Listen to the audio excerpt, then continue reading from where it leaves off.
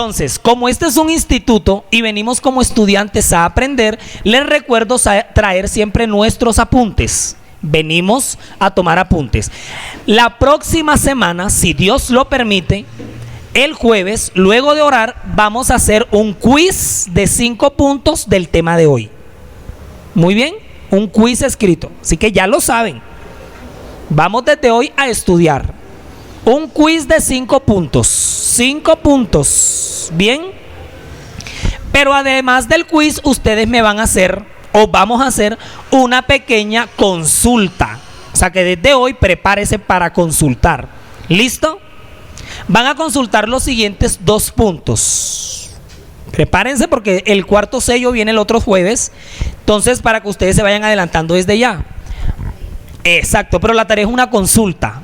Muy bien, no es una tarea para presentar, es una consulta. Cosa que cuando vengamos acá, yo no esté hablando tan en chino. Sí, usted diga, no, sí, tal cosa y no sé qué. Y la idea es que usted llegue a superar al maestro con esa consulta.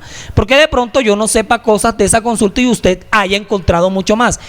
La primera consulta que vamos a hacer es, vamos a averiguar la biografía y obra del general romano Justiniano. Justiniano, biografía y obra. Consulte, vaya a YouTube, hay un excelente documental.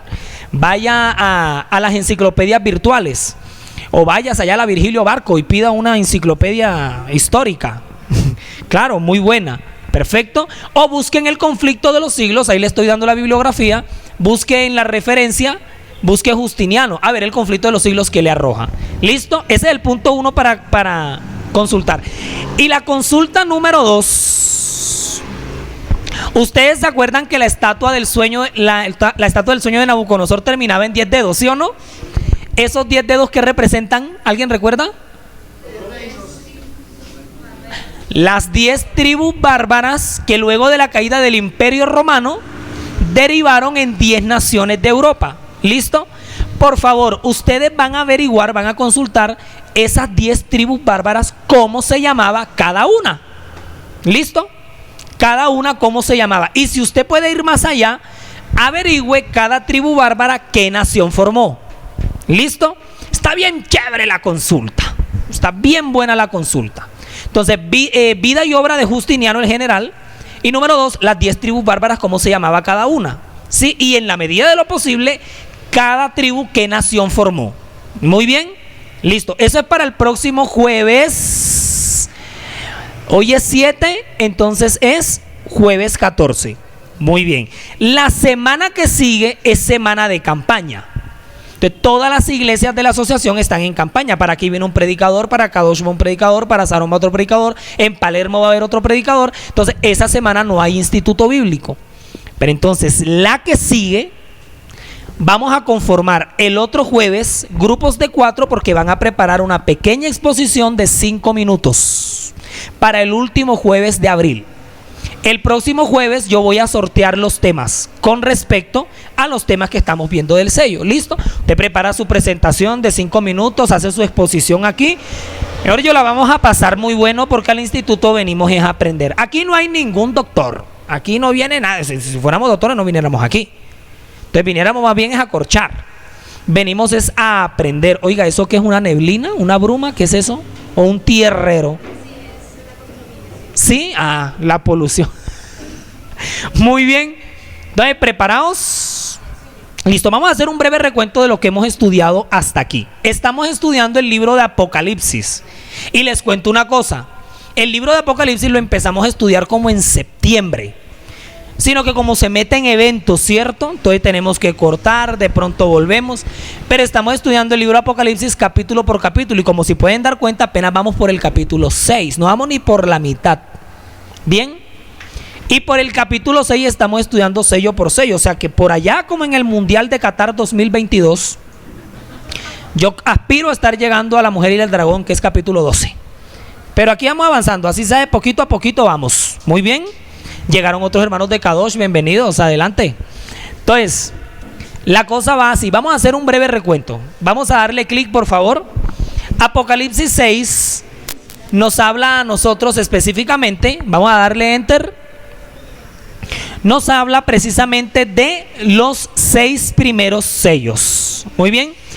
Entonces, lo que estamos viendo en Apocalipsis 6 son los 6 primeros sellos, porque en Apocalipsis 6 están los 6 primeros sellos. Muy bien. Los 4 primeros sellos son los 4 jinetes. Hoy nos corresponde ver el tercer jinete. El primer sello, vamos adelante, enter otra vez, gracias. Empezamos viendo que Apocalipsis 6 nos habla, bueno, Apocalipsis 5, porque ya pasamos por ahí, nos habla del libro, el rollo, que él está sellado, valga la redundancia, por 7 sellos. Vimos en clases pasadas que cada sello es un periodo histórico en la vida de la iglesia cristiana, desde que Jesús la fundó en el siglo I, que es este sello, hasta cuando Cristo venga y se siente en el trono del juicio final, que es cuando todo ese libro se abre. O sea, en ese libro que está escrito, están escritos todos los hechos y acontecimientos de cada periodo, es decir, de lo que estamos estudiando jueves tras jueves. Y hoy nos corresponde la etapa del tercer sello, es decir, qué pasó entre el año 313 y el año 538. Eso es lo que vamos a ver hoy. Tengo que exponerlo enlatado, porque en el 313 y el 538 pasaron como 1.000.000 de cosas. Entonces toca ver la mayor sustancia de lo que nos compete en cuanto a la historia profética. Es decir, cuando Cristo se siente en su trono, este libro se abrirá todo. Ustedes han leído en el conflicto de los siglos que dice que cuando los impíos se levantan en el juicio final, ¿sí?, por sus mentes pasa como especie de una pantalla de cine, y en esa pantalla de cine se muestran todo lo que los impíos hicieron a lo largo de la historia, que negaron a Dios, lo que las naciones hicieron, lo que los gobernantes hicieron, lo que los estadistas hicieron. Todo eso está en ese libro. Pues es que dice que el juez se sienta. Bueno, eso fue cuando el juicio empezó. Cuando el juicio final, Jesús se sienta en su trono, y todos estos hechos y hazañas son reveladas ante la humanidad impía, que no tienen otra escapatoria que decir que todo lo que está escrito ahí es verdad, y que ellos lo hicieron, y que queda testimonio para la eternidad, y que Dios es justo al destruir la impiedad. Eso es lo que está escrito en ese libro. Entonces, ¿qué empieza a ver Juan? Dice que cuando se desató el primer sello, enter, vamos al siguiente, aparece el primer sello, que es el caballo blanco. Estoy resumiendo para llegar al tercero. ¿Qué es el caballo blanco?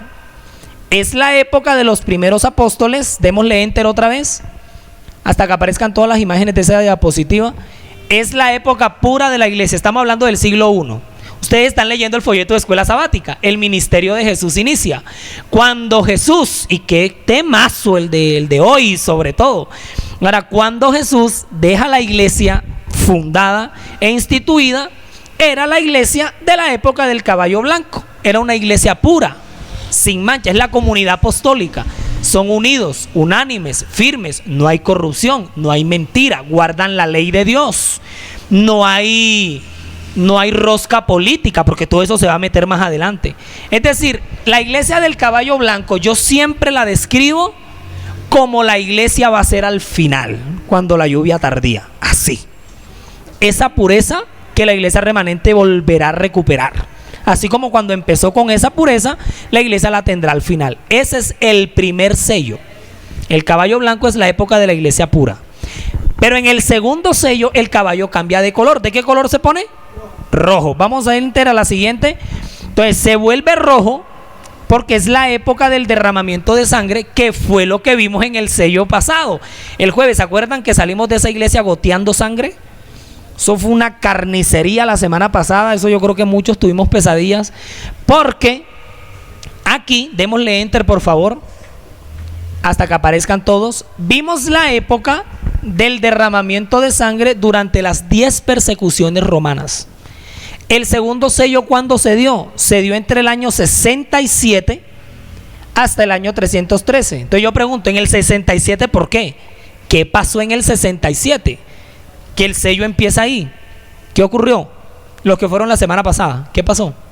Ok, está Nerón montado en el poder, y en el año 67 es el incendio de Roma, que este demente instigó, porque él es el originador del incendio.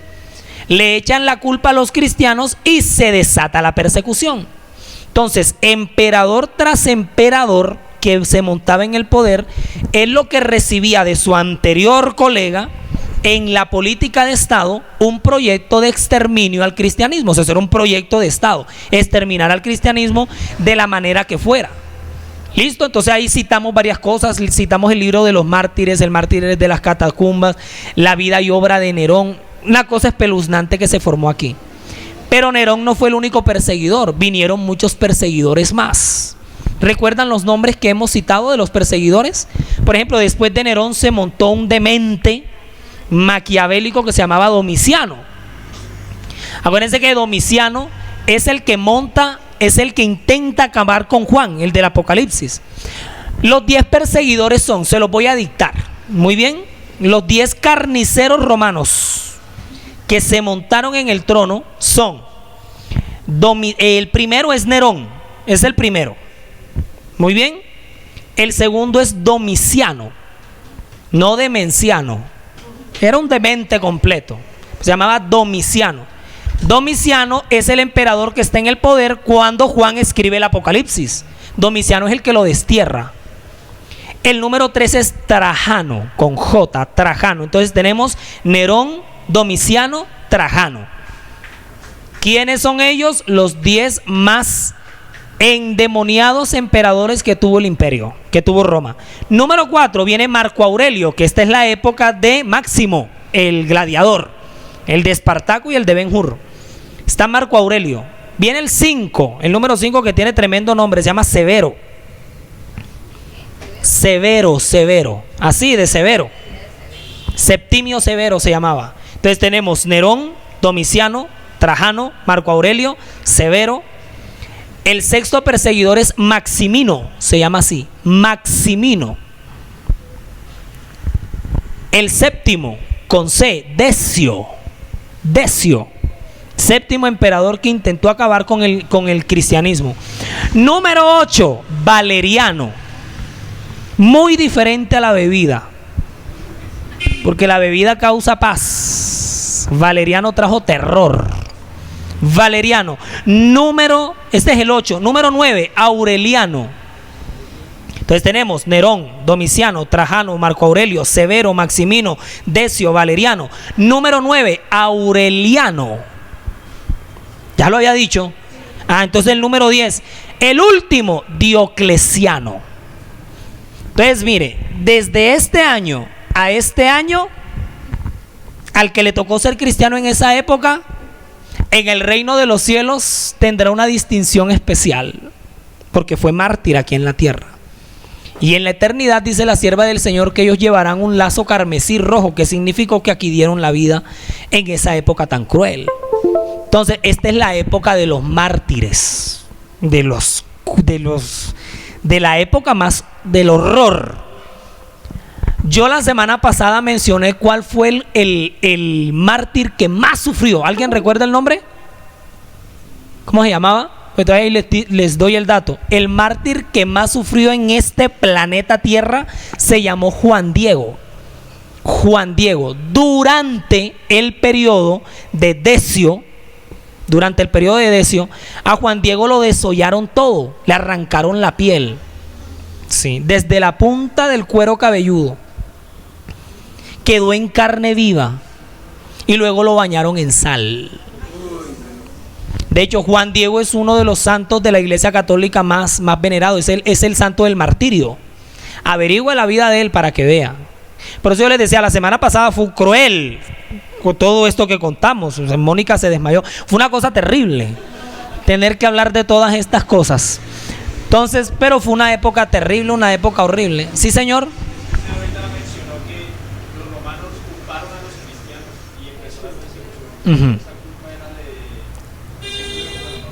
Bueno, lo que pasa es que Nerón, el emperador, es Dios en la tierra.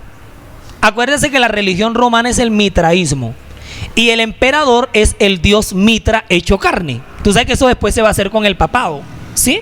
Entonces, lo que diga el emperador es la voz de Dios. Pero yo no conocía dioses tan locos en la tierra.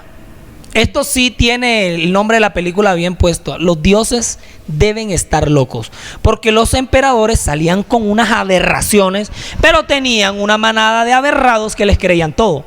Cuando Nerón quema el imperio, él que le dice a su guardia, cuando la guardia le viene a decir, le dice: no se preocupen, yo tengo la solución, o sea, yo tengo la respuesta a eso, yo sé qué origen tiene el incendio. Y como él es Dios, hay que creerle. Entonces, como él dice, fueron los cristianos. Entonces hay que creerle, porque él es el emperador. Y hay del que no crea. Entonces él dice: y yo ordeno como emperador que el cristianismo sea raído de la faz de la tierra. Por eso es que de ahí en adelante la persecución estalla. Y todos los emperadores que les acabo de mencionar, ellos recibían en su paquete de gobierno ese proyecto. Era un proyecto de Estado: exterminar, acabar con el cristianismo.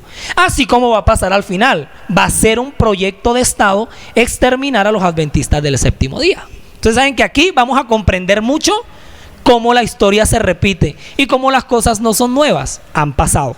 A ellos les tocó el exterminio con la tecnología de su época. Para los últimos días será la tecnología de la época, ¿sí? O el avance de la época. Entonces, ¿qué pasa? ¿El último emperador cuál es? ¿El último perseguidor? Diocleciano. Diocleciano se monta en el poder en el año 303 y las persecuciones acaban en el 313. O sea, él duró 10 años en el poder. ¿Bien? Entonces, ¿por qué se acaban? Porque en el 313 Diocleciano, por lo general, si ustedes investigan estos emperadores, casi ninguno murió de viejo y casi ninguno murió de muerte natural. Todos murieron envenenados, traicionados. Esa es la época de las infidelidades, eso es la saga. Ninguno muere de viejo. Todos mueren asesinados, mueren envenenados. Esa es la época del polonio, de la cicuta, del arsénico, del cianuro.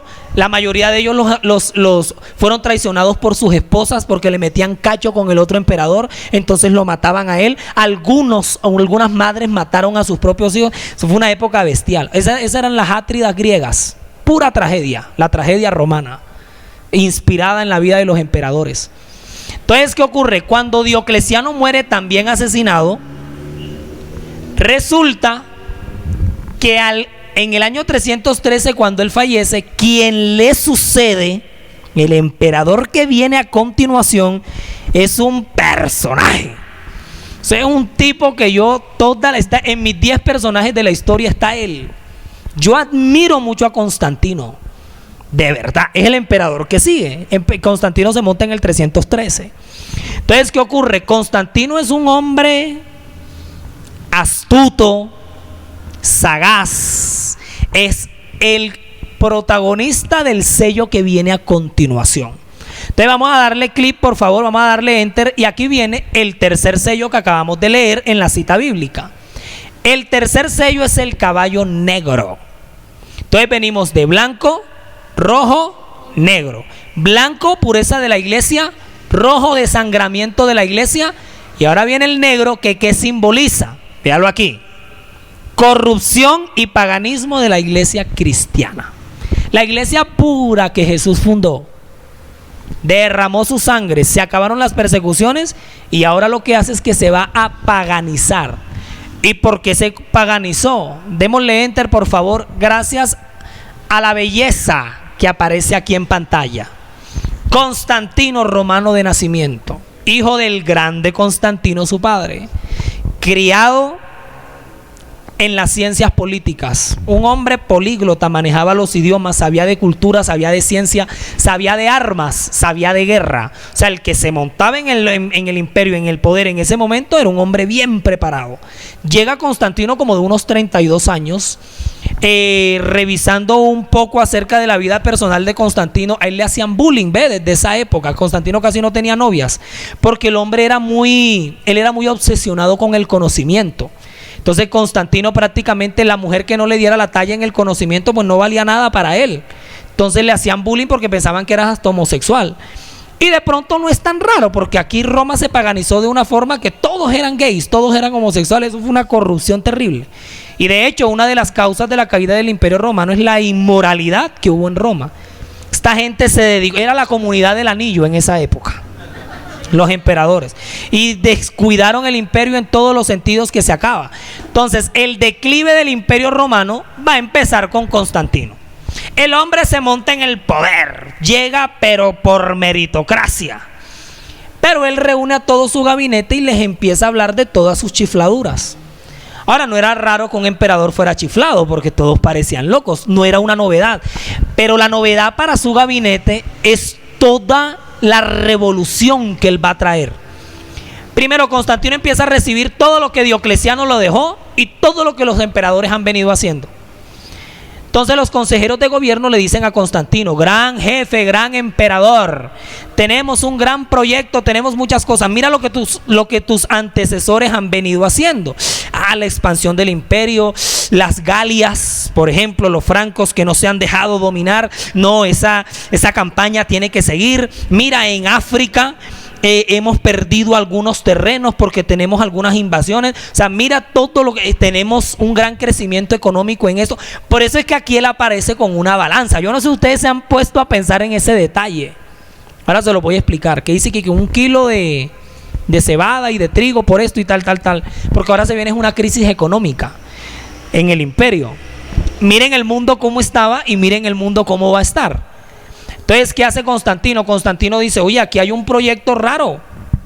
Aquí dice que exterminio del cristianismo. ¿Y qué es lo que está pasando? Explíquenme cómo es ese proyecto. Sí, desde la época del dios Nerón hay un proyecto en el imperio que no se ha caído. El imperio sigue en pie. Y cuéntenme cuáles son los resultados de ese proyecto. No, pues eliminar al cristianismo. ¿En serio? Explíquenme los porcentajes de exterminio del cristianismo. Díganme qué éxito ha tenido él. Entonces, como el tipo él empieza a analizar y dice: oiga, pero le empiezan a decir: no, jefe, mire, aquí empiezan a mostrar todas las tablas y todo. En Asia el cristianismo se ha quintuplicado. ¿Cómo así? Sí. Y desde los días de Nerón, ¿no era que lo estaban acabando? Sí. ¿Y cómo es posible que una potencia no ha acabado con esa religión? Ahora, para resumir, queridos hermanos, ¿cuál era la lora que tenía el imperio romano con el cristianismo? ¿Cuál era la obsesión de acabarlo? ¿Por qué no dejaban al cristianismo vivo? ¿Por qué? ¿Qué le podía interesar a un imperio una religión de pobres? O sea, de pescadores. ¿Qué amenazan eran los discípulos para un imperio? O sea, ¿no les parece como irrisorio? ¿Cuál era la amenaza? ¿Cuál era el miedo?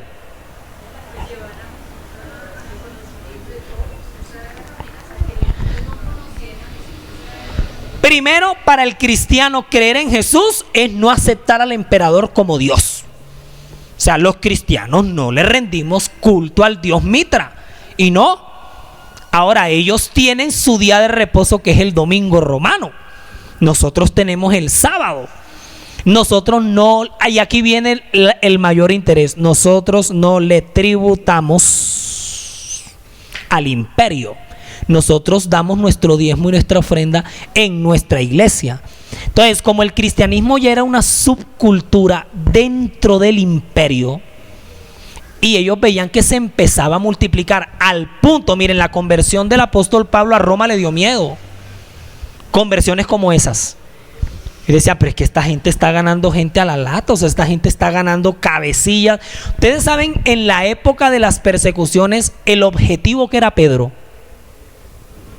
el objetivo de guerra que le significaba Juan, el objetivo que estaban en las listas.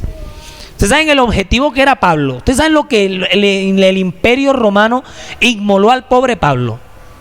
Pobre Pablo. O sea, ellos eran cabecillas de ese movimiento cristiano, y que ellos empezaron a multiplicar. Y una cosa que le preocupaba mucho a los emperadores es que: oye, estos benditos cristianos no los mata nadie, no los acaba nadie. Exacto, o sea, los estamos matando de la peor manera. Le hemos soltado los leones, unas muertes, unos sistemas atroces de exterminio. O sea, nada más empecemos con Juan Diego, lo que les acabo de contar. O sea, eso es para que todos los cristianos renieguen de Dios, pero no fue así. Se convertían 6, 7 soldados, verdugos romanos, se convertían en las ejecuciones.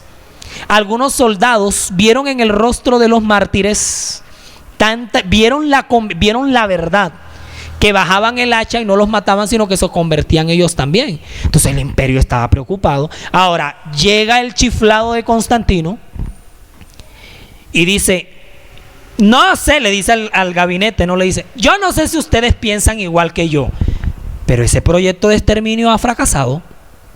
No, señor, ¿cómo así? Si solo ha fracasado. Fracasó, aceptémoslo.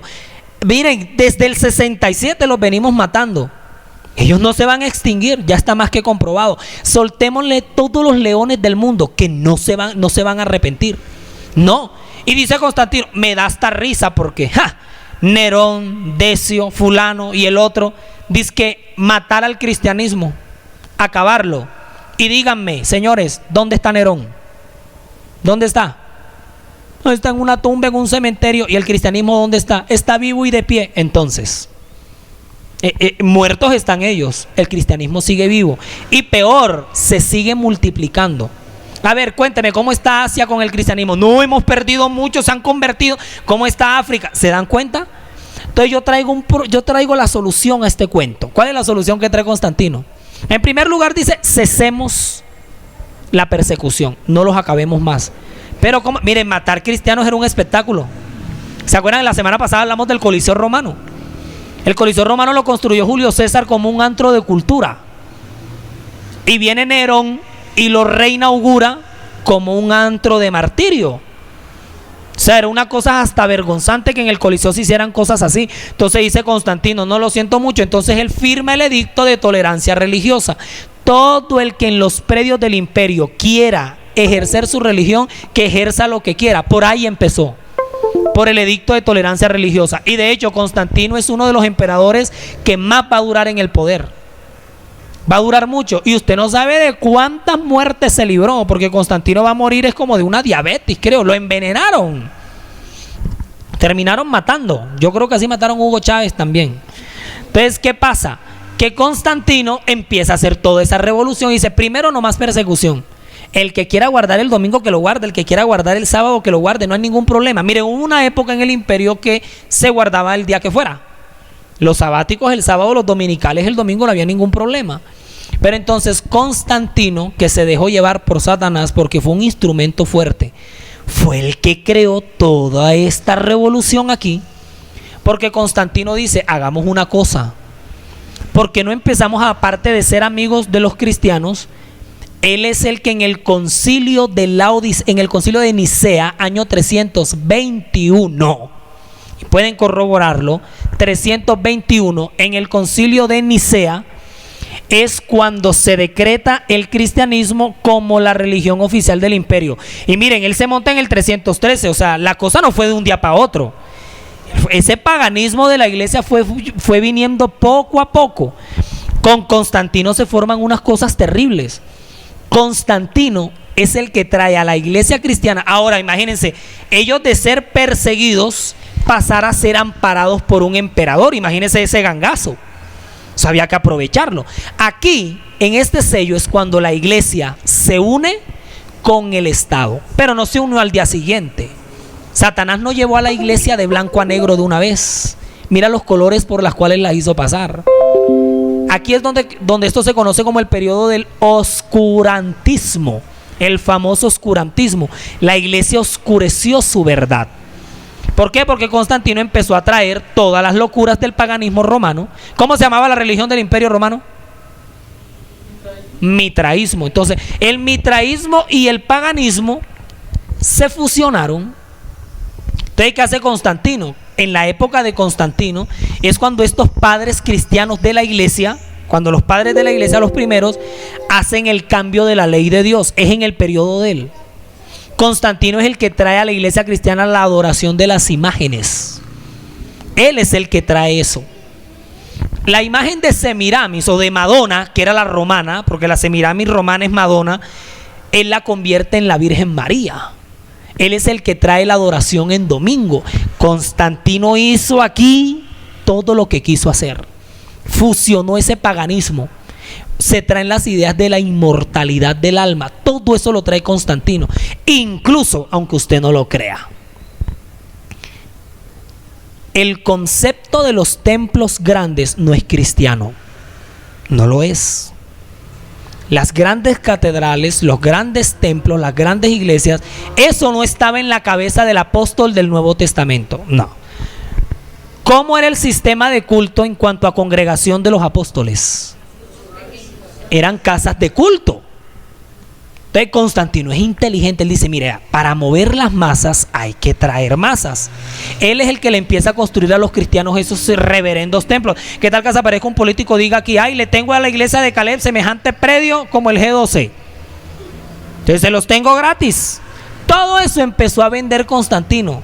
Por eso es que la iglesia se llena de masas. Dentro de la misma iglesia la gente se pierde en la multitud, pero no sabe que al mismo tiempo está como dispersa en la verdad. Eso lo trajo Constantino aquí. Ahora, prívese. La fiesta de la Navidad o la celebración de la Navidad como tal no tiene origen cristiano, tiene un origen recontrapagano. Eso viene desde la antigua Babilonia y eso lo hemos estudiado. Babel, Nimrod, Semiramis, Tamuz. El 25 de diciembre en el calendario babilónico es el nacimiento de Tamuz. Las fiestas saturnalias, y eso usted lo puede averiguar aquí en Capernaum. Las fiestas saturnalias, que eran dedicadas a Saturno, se daban entre el 16 y el 25 de diciembre en Roma. La novena es una cosa vieja. ¿Quién trae eso y lo vuelve cristiano? Constantino. Él es el que trae todo. Pues es que todo el cambio aquí lo hace él. Por eso es que la iglesia se paganiza. Esta es una época muy cruda para la iglesia. Miren, yo pienso, con toda reverencia y todo respeto, que nuestro Señor aceptaba con gozo y con tristeza el sacrificio de los mártires, pero esto Dios le tuvo que dar mucha abominación. Porque a pesar de que nosotros nos horroricemos hoy, oye, pobres mártires, ¿cómo les dieron de duro? Hombre, pero era semilla para el evangelio, dieron su vida, fue un testimonio muy bonito, démosle gracias a Dios por los mártires. Pero esto es peor. O sea, si hay algo abominable es la unión de lo pagano con lo... Dios no acepta eso. Lo pagano con lo profano para Dios, eso es abominable. Y Constantino viene a hacer semejante unión. Una cosa terrible. Ustedes están tomando apunte porque la próxima semana hay quiz aquí. Me están dando ganas de hacerlo de 10 puntos, no de 5. Entonces, ¿qué pasa? Que Constantino nos hace todo este cambio. La iglesia se oscureció. Esta es la época del oscurantismo. Si en el quiz yo le pregunto, ¿cómo se le llama comúnmente la época del tercer sello? 1. A. Paganismo. B. Mitraísmo. 3. Reggaetón. 4. Oscurantismo. Entonces usted tiene que tener mucha concentración para elegir. Esta es la época del oscurantismo. La iglesia se oscureció en su verdad.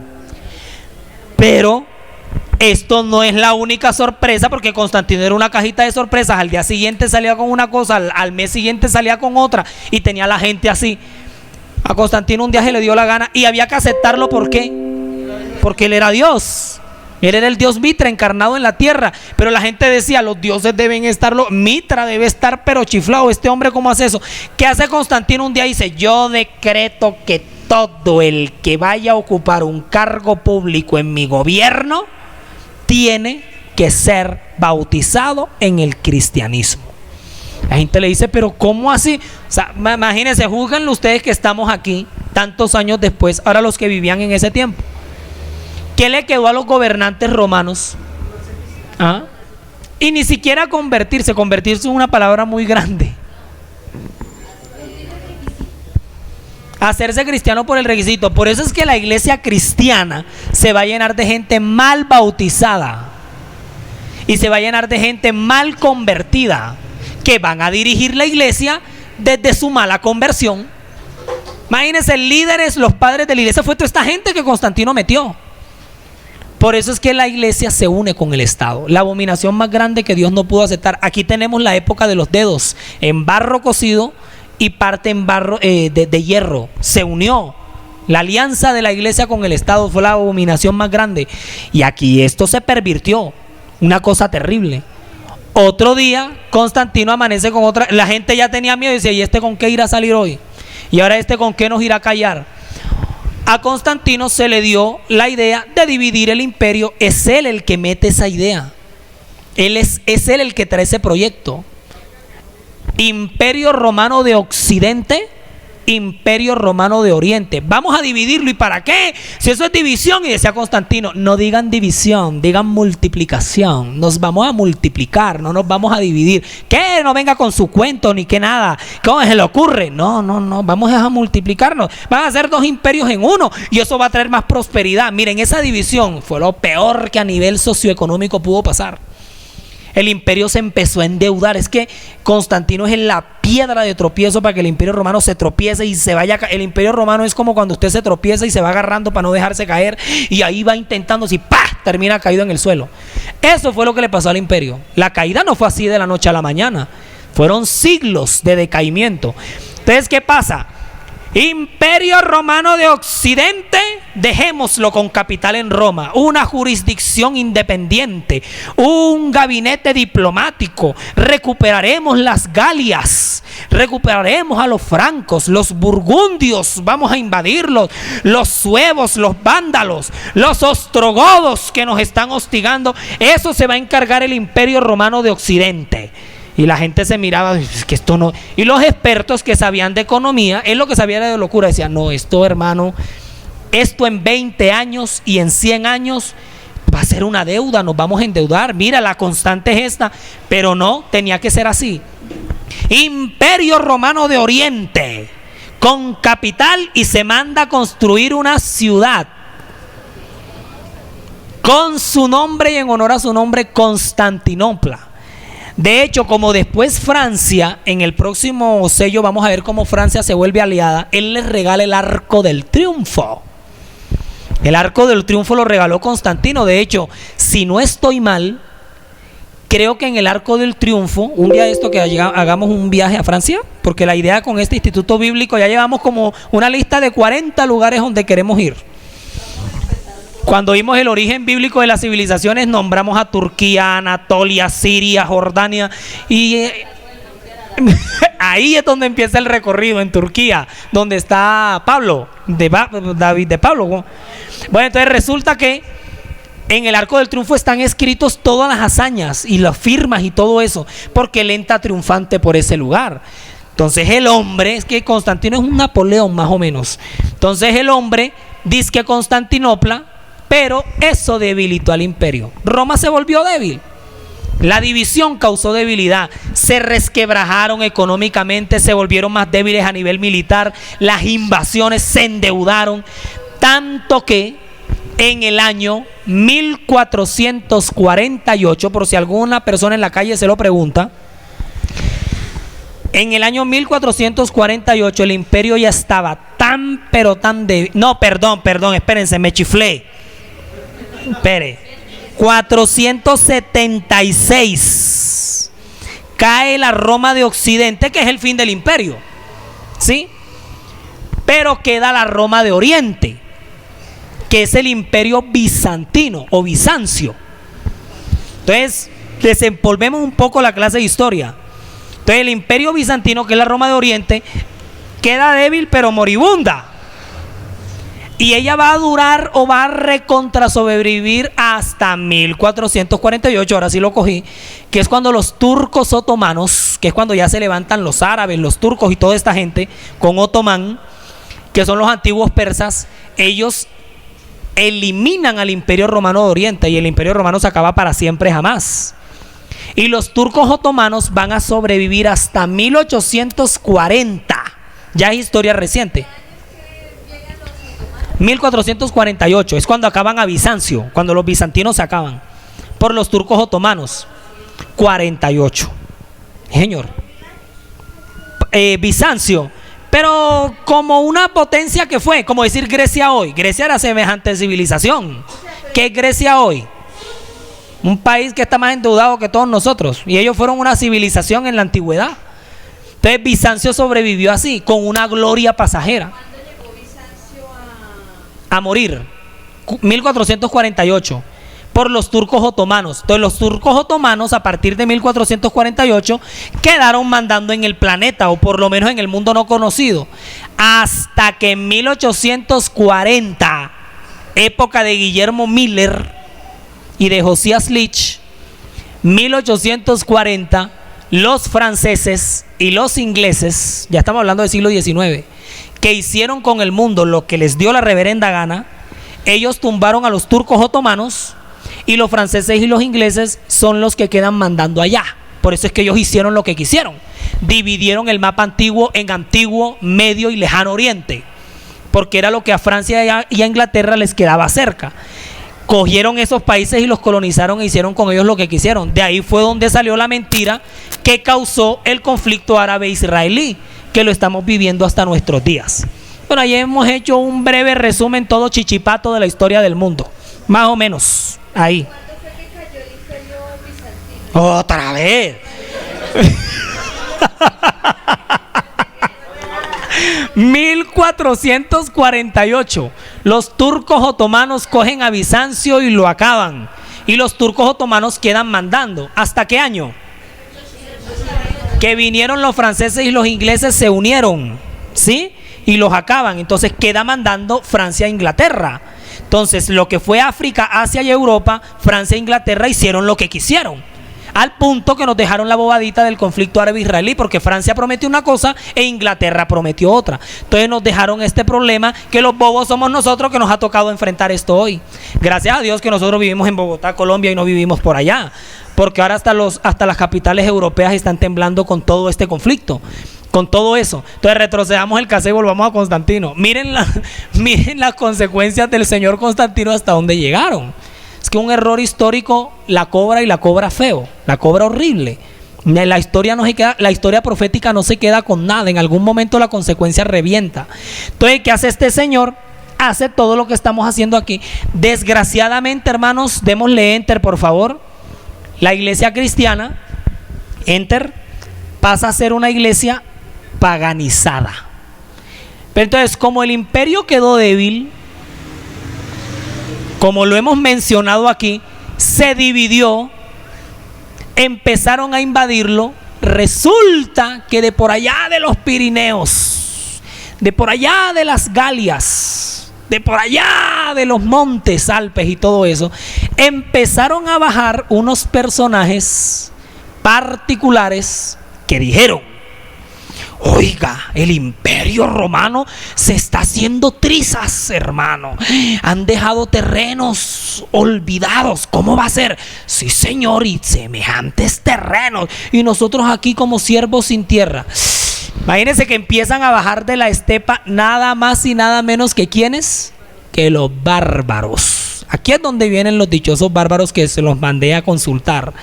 Los bárbaros aprovechan. Los bárbaros son esos invasores que ven que la ciudad se está quedando, que hay basura regada, que nadie reclama nada, que llevan años este campo y nadie reclama. Entonces metámonos, invadamos. Entonces, ¿qué hacen los romanos? Hacen lo mismo que hoy. Llegaron, invadieron, construyeron sus casas, se conectaron del agua sin pagar agua, se conectaron de la luz sin pagar luz, y el imperio endeudándose. Empezaron a comer de sus frutos gratis. Eso fueron, es que por eso tienen el nombre bien puesto. Ahora, bárbaro es el que no hablaba griego ni latín. O sea, eran los vulgares. Esos eran los bárbaros. Entonces, cuando los bárbaros empiezan a meterse al imperio y se lo empiezan a comer, los bárbaros le dan en la yugular al imperio. Es decir, tras de que el imperio viene moribundo, los bárbaros lo terminan de rematar. Entonces, aquí es donde la historia de este día termina. ¿Por qué? Porque este señor nos deja el imperio débil, deja el cristianismo paganizado. Entonces los bárbaros, que son los 10 dedos de la estatua abajo, los 10, son 10 tribus que vienen, dijeron: hermano, aprovechemos que nadie está reclamando nada, y son terrenos espectaculares. Entonces acuérdense que el imperio va a terminar en ellos, pero esos bárbaros, y en la consulta que van a hacer, se van a dar cuenta que la historia de los bárbaros es como la historia boba del sapo que se convierte en príncipe. Porque los bárbaros, que eran unos vulgares, terminaron formando las naciones de Europa. Por ejemplo, les voy a soplar una tribu, los alerranos, cópienla. Formaron Alemania. Imagínense. alerranos o teutones, o los teutones. Resulta que los alerranos eran de esas tribus bárbaras muertos de hambre, que no tenían ni dónde caerse muertos, que vinieron a comerse el imperio, que no tenían tierra. ¿Y quiénes son los alerranos hoy? Los campeones mundiales del mundo. Ah, pero también fueron los nazis. Pero también fueron los nazis. Ah, sí, pero en el fútbol. Pero también dieron a Hitler. Pero son una potencia, Alemania. Miren el sapo en la princesa que se convirtió. ¿Por qué? Porque ellos se aprovechan de lo que los romanos empezaron a dejar. Pero la buena noticia de la noche y del estudio es que cuando decimos que la iglesia cristiana se paganizó, estamos exagerando. Porque no toda la iglesia cristiana se paganizó. Acuérdense que siempre va a haber un remanente. Cuando Constantino hacía toda su locura, habían hermanitos fieles en la iglesia, y sobre todo viejitos, que decían: ese emperador está loco y ustedes están más locos que él. ¿Cómo es posible de que él meta el domingo aquí cuando es el sábado? No, señor, ustedes están mal. Pero es que es la religión del imperio. No, ustedes lo que lo están haciendo es por corrupción política. Está loco. ¿Cómo así que una catedral? Si Jesús nunca estuvo en la mente de él una catedral majestuosa de este tamaño. Él nos mandó a trabajar en iglesias y congregaciones pequeñas. Ustedes están más locos que él. Eso me imagino, esos viejitos en esa época separaron los del remanente, ¿no? Pero la van a llevar, porque ellos quisieron mantener la verdad. Entonces la iglesia paganizada los va a perseguir en el siguiente sello, porque ahora se va a montar el papado. De esa iglesia cristiana paganizada va a nacer el papado. Van a ser. Entonces Constantino está sabroso en la tumba durmiendo. Claro que se va a despertar por un rayo de fuego. Pero él dejó un chicharrón armado aquí, que los paganos tuvieron que ser otros. Véanse una película que se llama Ágora, que es muy buena. Ágora, con Rachel Weisz. ¿Ya se la vio? Una película espectacular. Está ambientada en los tiempos cuando Constantino sinvergüenzó a los cristianos. ¿Y qué hicieron los cristianos? Empezaron a hacer lo que les dio la gana. Es la película de la filósofa Hipatia, la amante de Baldor, la del álgebra de Baldor. Esa era la amante de él. Entonces esa filósofa matemática, que es pagana, muere asesinada por los cristianos, porque cuando Constantino los dejaron de perseguir, los cristianos aprovecharon su cuarto de hora y empezaron a hacer barbaries. Una de las barbaries que los cristianos van a hacer es que se meten en Alejandría, donde estaba la biblioteca más grande del mundo. A propósito, ¿Alejandría dónde queda? Egipto. Se meten en Alejandría y estos muérganos cristianos ignorantes empiezan a destruir todo lo que sea filosofía, y todo, que terminan matando a la filósofa. La película habla de eso, pero está ambientada en la época en que Constantino le da permiso al cristianismo de hacer lo que quiera. Entonces se volvieron hasta unos vándalos y se meten en Alejandría y hacen eso. Alejandría hoy fuera más grande la biblioteca de lo que era, pero gracias a estos tontos, bueno, no digo tontos porque estoy expuesto al fuego del infierno, pero gracias a estos cristianos que se paganizaron, cometieron todas estas barbaridades. Entonces, por mucho que Constantino quisiera paganizar la iglesia, y ya que Satanás fracasó con los emperadores romanos tratando de desangrarla, ahora lo que hace es que la corrompe. Pero Satanás volvió a verse con los crespos hechos, porque hubo hermanitos fieles que no se dejaron. Pero ellos van a sufrir ahora el rigor de la persecución. Y con esto termino.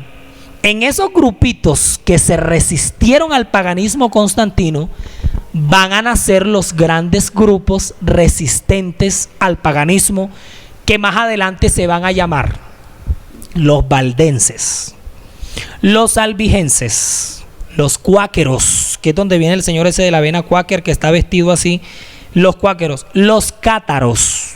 De ahí van a venir los futuros protestantes, van a venir los futuros hugonotes, que son movimientos religiosos en contra del paganismo de Constantino, en contra del paganismo romano. Entonces, la buena noticia que Dios nos da en este estudio hoy es que, a pesar de toda esa época oscura, hermanos, y nosotros debemos estar preparados para cuando en los últimos días en nuestra iglesia empiece a pasar esto. ¿Qué? Todavía no, porque va a pasar igual. Y al igual que estos valdenses, albigenses, cuáqueros, cátaros o como se les llame, también Dios llamará a su remanente a mantenerse fiel. Porque recuerde que esa corrupción vino de adentro. O sea, que Constantino trajo eso de afuera, pero él la sembró en los líderes de adentro. Y nosotros tenemos que estar preparados cuando todo este zarandeo estalle aquí, cuando todas esas falsas doctrinas empiecen a proliferarse en la iglesia, porque Satanás él no se quedó quieto con todo esto. El remanente se mantuvo fiel ahí, dijeron, no señor, nosotros no aceptamos eso. Pero la misma iglesia paganizada los empezó a perseguir. ¿Qué es lo que pasará aquí otra vez? Esa gran parte de la iglesia remanente que se paganice, que apostate, porque todo eso va a pasar aquí. Pero dentro de la fila de la misma iglesia se mantendrá ese remanente que nunca se ha extinguido. Oiga, eso es lo bueno, que nunca se ha extinguido. Y ellos deberán afrontar con valentía y con tesón y con firmeza el no dejarse contaminar por esa parte de la iglesia que tristemente sí va a apostatar. Eso va a pasar aquí, eso está más claro y eso está escrito.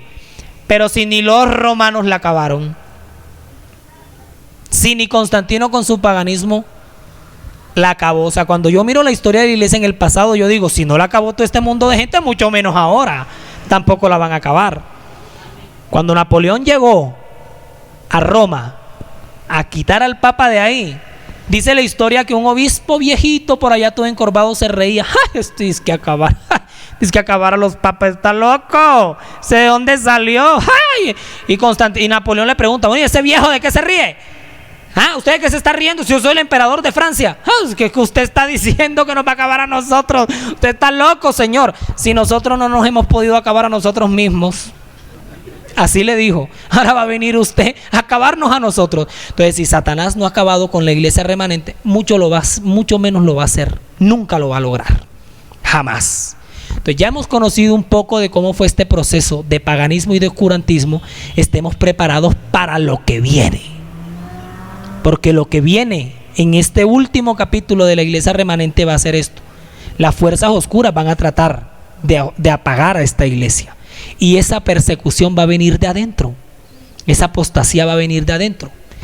Pero tenemos el ejemplo de ellos, que en medio de este paganismo ese remanente se mantuvo. Entonces nosotros en nuestro corazón propongámonoslo también. No me contaminaré con la comida de este rey, que se trajo una comida bien buena, pero terminó oscureciendo a nuestra iglesia. Queridos hermanos, ahora se viene el quinto sello, que es el caballo amarillo. El cuarto, perdón.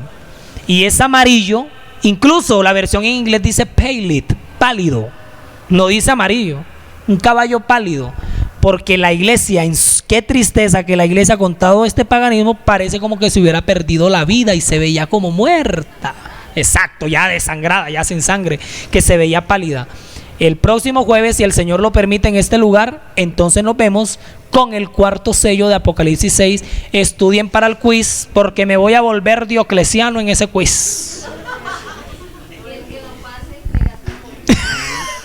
Vamos a arrodillarnos y vamos a pedirle al Señor en esta noche: Señor, ante el oscurantismo más bravo que amenace a esta iglesia, yo por tu gracia y amor me propongo a mantenerme fiel. Vamos a pedirle eso al Señor. Nos arrodillamos y oramos.